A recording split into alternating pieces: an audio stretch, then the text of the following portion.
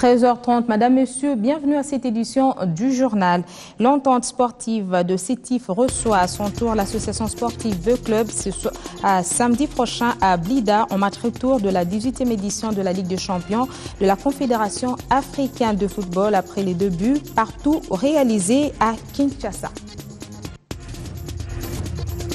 Vente des kits à lavage des mains à Kinshasa, y avait-il eu augmentation ou stagnation avant la réapparition de la maladie à virus Ebola à Djiraï? Aujourd'hui, la réponse confirmerait un engouement dans les achats. L'ambiance cauchemardesque à Béni due au massacre perpétré par des rebelles ougandais de l'ADF NALU pourrait céder la place à une ferveur patriotique avec la prochaine arrivée sur place du chef de l'État, parti réconforter la population. Le territoire de Béni est en effervescence dans l'attente de l'arrivée du président de la République qui s'y rend pour réconforter la population après toutes ces tueries commises par des rebelles ougandais de l'ADF NALU. Erikas Mouissi est donc notre correspondant dans la région. Dites-nous quelle est l'ambiance qui règne dans cette région avant l'arrivée du chef de l'État. Écoutez, c'est vrai qu'il est prévu l'arrivée du chef de l'État ici en ville de Béni dans les Nord Kivu cette semaine. Et il faut dire que l'ambiance est quand même au point que hier la presse locale a eu un entretien avec l'équipe d'avance de presse du chef de l'État. Et au cours de cet entretien, en tout cas, il n'y a pas eu de précisions par rapport au jeu concret de son arrivée ici en ville de Béni. Cependant, il faut signaler que le décor est déjà planté. Il y a des partis politiques qui s'attendent à son arrivée, évidemment. Il y a des mémorandums qui sont déjà préparés à travers même dans ces civils. Et il y a également des éléments JR qui sont visibles à travers la ville et les territoires de Béni. Il s'agira certainement pour le commandant suprême des FARDC de redonner espoir aux habitants de la contrée face à des incursions terroristes de la rébellion des ADF NALU en déroute et défaite par l'armée nationale. Quel autre sujet les habitants de Béni pourront apporter au président de la République, Erikas Mouissi? La grande préoccupation ou la grande problématique de la population ou le message de la population, c'est que la population pourra demander au chef de l'État de pouvoir restaurer l'autorité de l'État, afin que dans cette partie de la province du Nord Kivu, qu'on ne parle pas seulement de Kalachnikov, mais que l'on parle quand même de certaines actions de développement.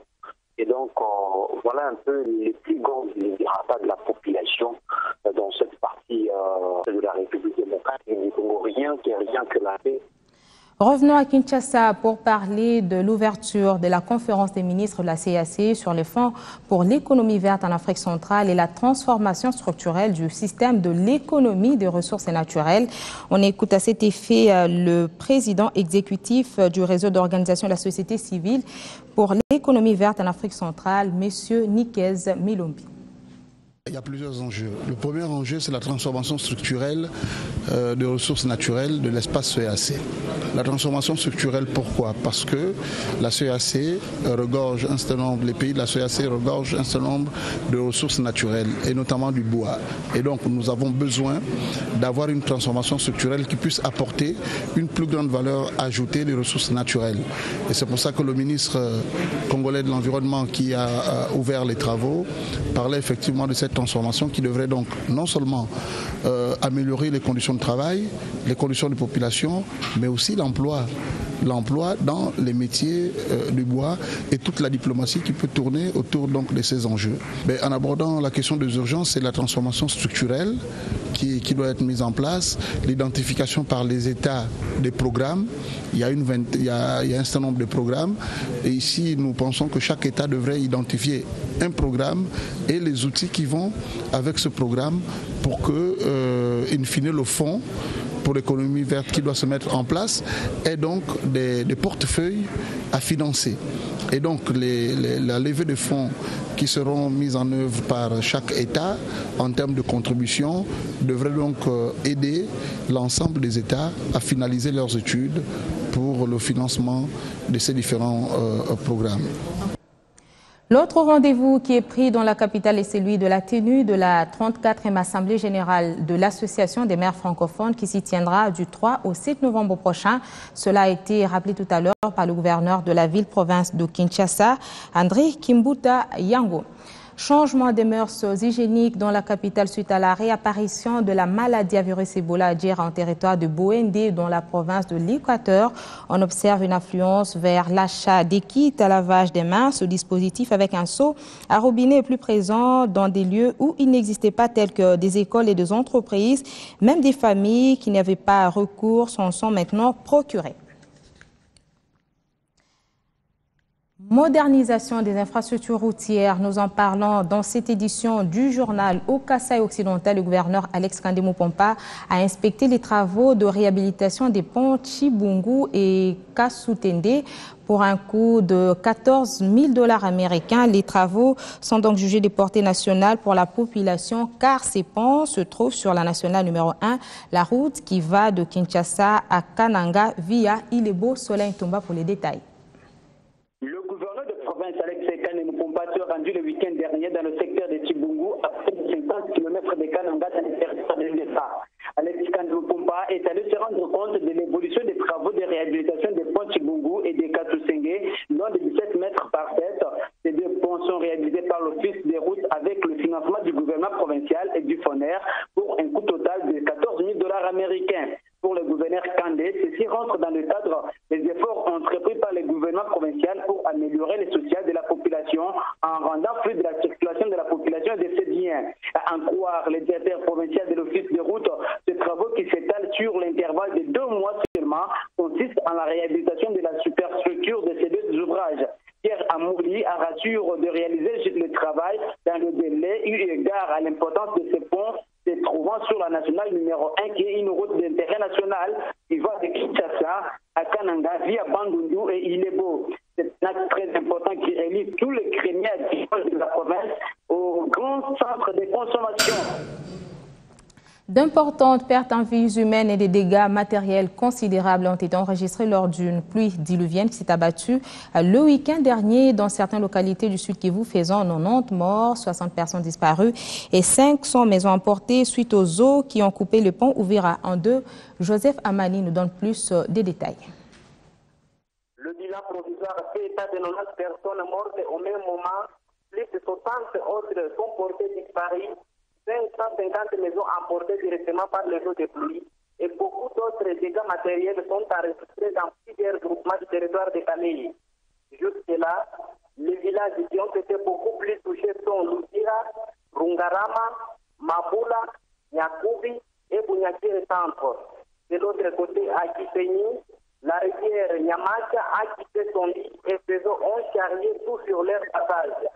Contacté, l'administrateur du territoire de Kaléi signale également que même le pont Lutira a été coupé en deux parties et toutes les deux parties ont pris la direction vers le lac Kivu, rendant impossible le trafic routier entre les villes de Bukavu et de Goma dans le nord Kivu. Actuellement, tous les véhicules en provenance de la ville de Bukavu ou de Goma, en passant par Kaléi, restent encore à genoux sur les deux côtés du pont Lutira. De la situation, le gouverneur Marcelin Kishamboroya a envoyé une forte délégation avec en tête le ministre provincial des Travaux publics de Kalinga Rikuti pour s'enquérir de la situation. Mais nous apprenons également que la délégation éprouve des difficultés pour atteindre les lieux au pont qui est situé en deux parties. Débutons la semaine avec des confrères à travers les lignes. Kabaïdi est en vie, rectifie le phare, une erreur d'inattention, nous a fait dire dans l'article consacré au rond-point des Huileries publié, il faut le dire, dans notre édition dominicale que l'ancien gouverneur serait décédé. Il n'en est rien. Monsieur Kabaïdi est bien en vie et séjourne depuis sa retraite politique en Belgique. Le phare remercie Monsieur Jonas Mukamba Kadiata Nzeba pour lui avoir fait part de cette erreur. Journalistes en danger exigent dans les colonnes de la prospérité une enquête urgente pour retrouver les personnes qui ont tiré à bout portant sur un journaliste à Goma. Selon les informations recueillies par Jed Filémon Gira, reporter caméraman à la RTNC Goma a été grièvement blessé par 3 balles tirées à bout portant samedi dernier vers 18h non loin de son domicile par un groupe d'hommes armés qu'il avait pris en filature depuis sa rédaction. Ces assaillants lui ont juste ravi son sac contenant sa caméra et des cassettes des enregistrements avant de s'enfuir en les laissant pour morts. Pour Jed, il n'y a aucun doute, Filémon Gira a été l'objet d'une attaque ciblée en raison de son travail de journaliste. La page sportive de cette édition du journal connaîtra la participation de Jean-Louis Kaninda que nous recevons juste après cette transition.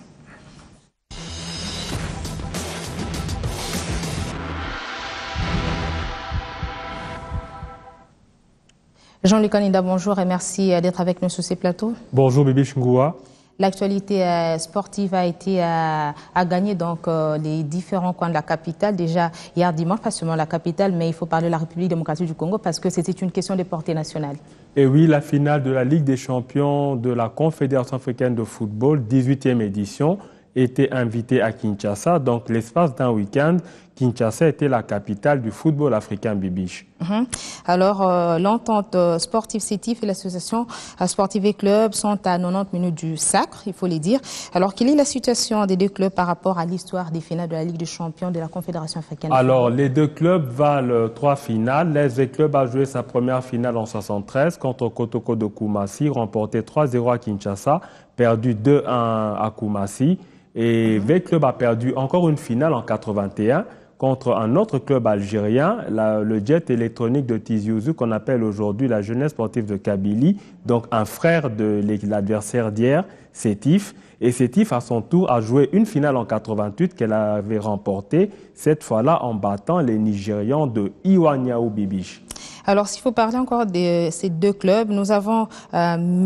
Médoui, le coach du CETIF, qui nous dit que tout n'a pas encore été joué. Certes, les résultats semblent bons pour les Algériens, parce que c'était déjà joué ici à Kinshasa. Et Florent Ibengue pense que le poids de l'événement a entamé le moral des joueurs avec le bien et l'attaque n'a pas été au rendez-vous. Qu'est-ce que vous en dites? Je crois que oui, V-Club a pêché par le poids de l'événement parce que les jeunes gens ils ont vu toutes ces autorités venir, le stade était plein, tout le monde les attendait, même l'entraîneur l'a reconnu. Mais côté algérien, c'est un bon résultat parce que Sétif voyage bien. Alors, par rapport à ces explications, nous allons d'abord prendre ce reportage réalisé par vous et on revient juste après.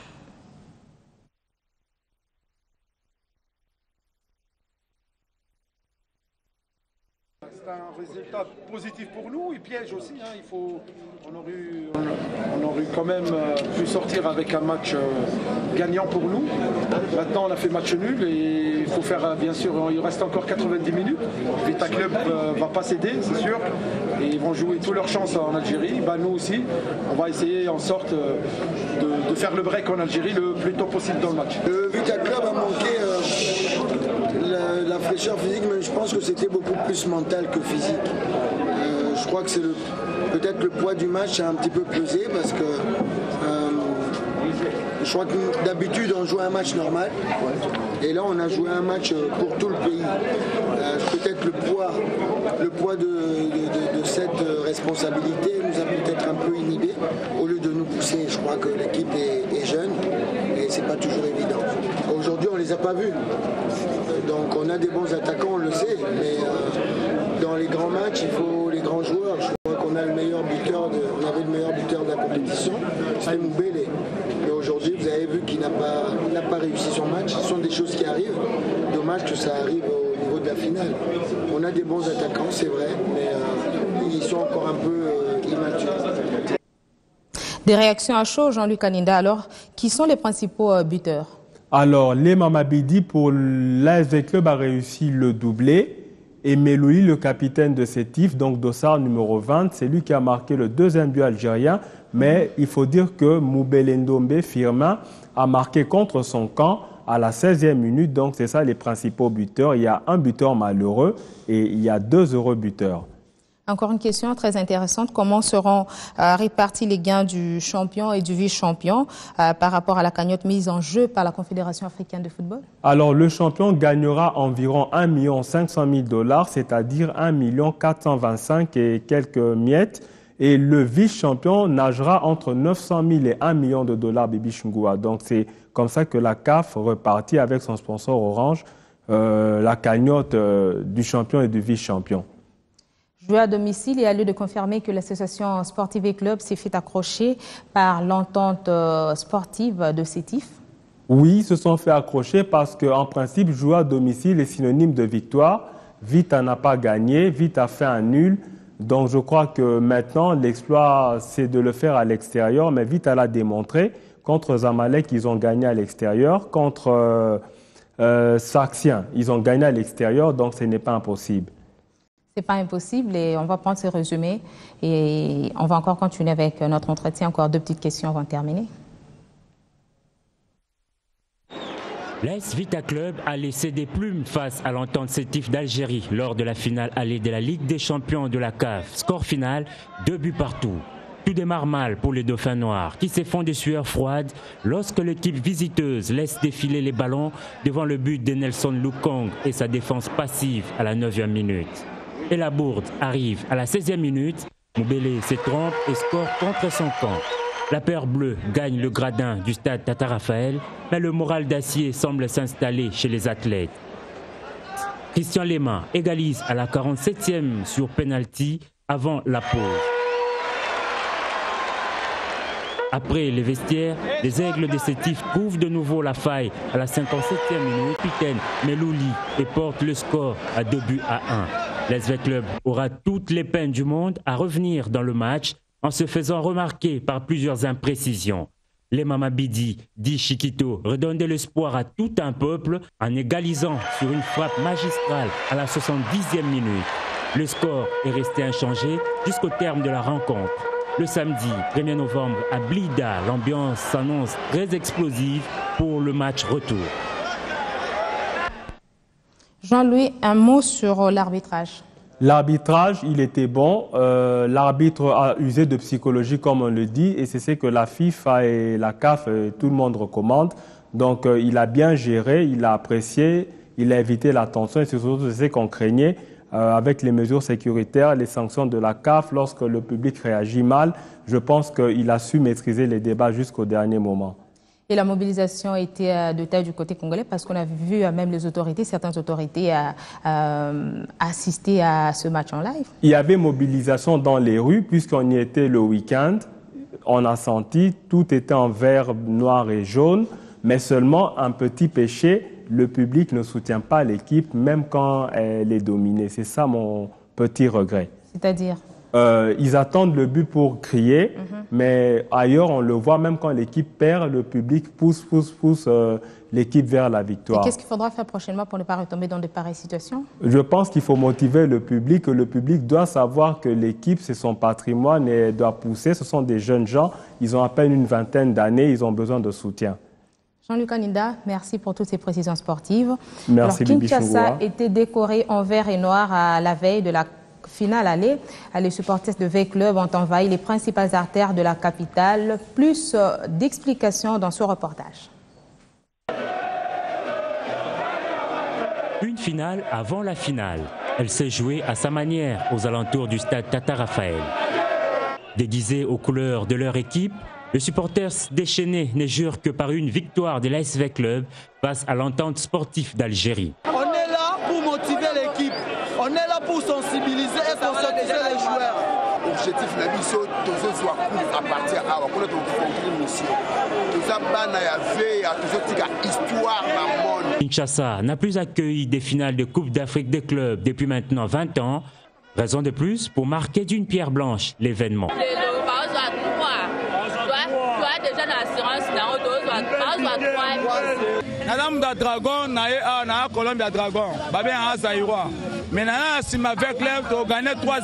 C'est donc une fête avant la fête, mais une fête qui au terme de la rencontre n'avait malheureusement plus été au rendez-vous dans la soirée de dimanche. Le prochain rendez-vous, c'est donc pour le samedi 1er novembre 2014 À l'issue du match, retour à Blida, en Algérie. Voilà, c'est la fin de cette édition du journal. Madame, Monsieur, nous vous disons merci de nous avoir suivis.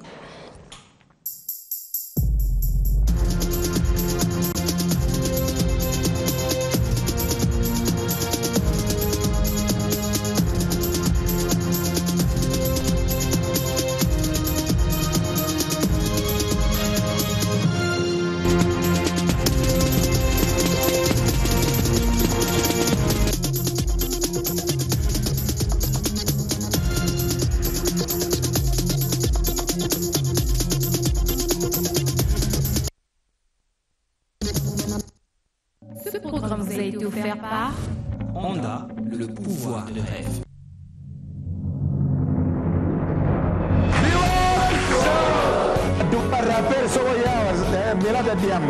Il y a de ces femmes-là qui ne font pas autre chose.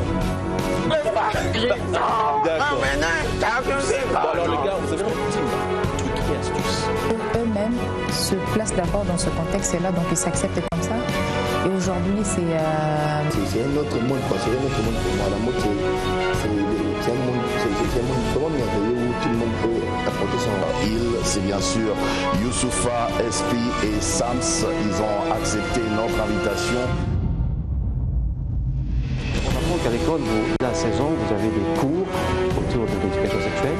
Guérir et soulager, 3 mots-clés qui poussent les individus à se rendre à l'hôpital. Madame, Messieurs, bienvenue à cette grande édition du journal avant de parcourir l'ossature de ce journal.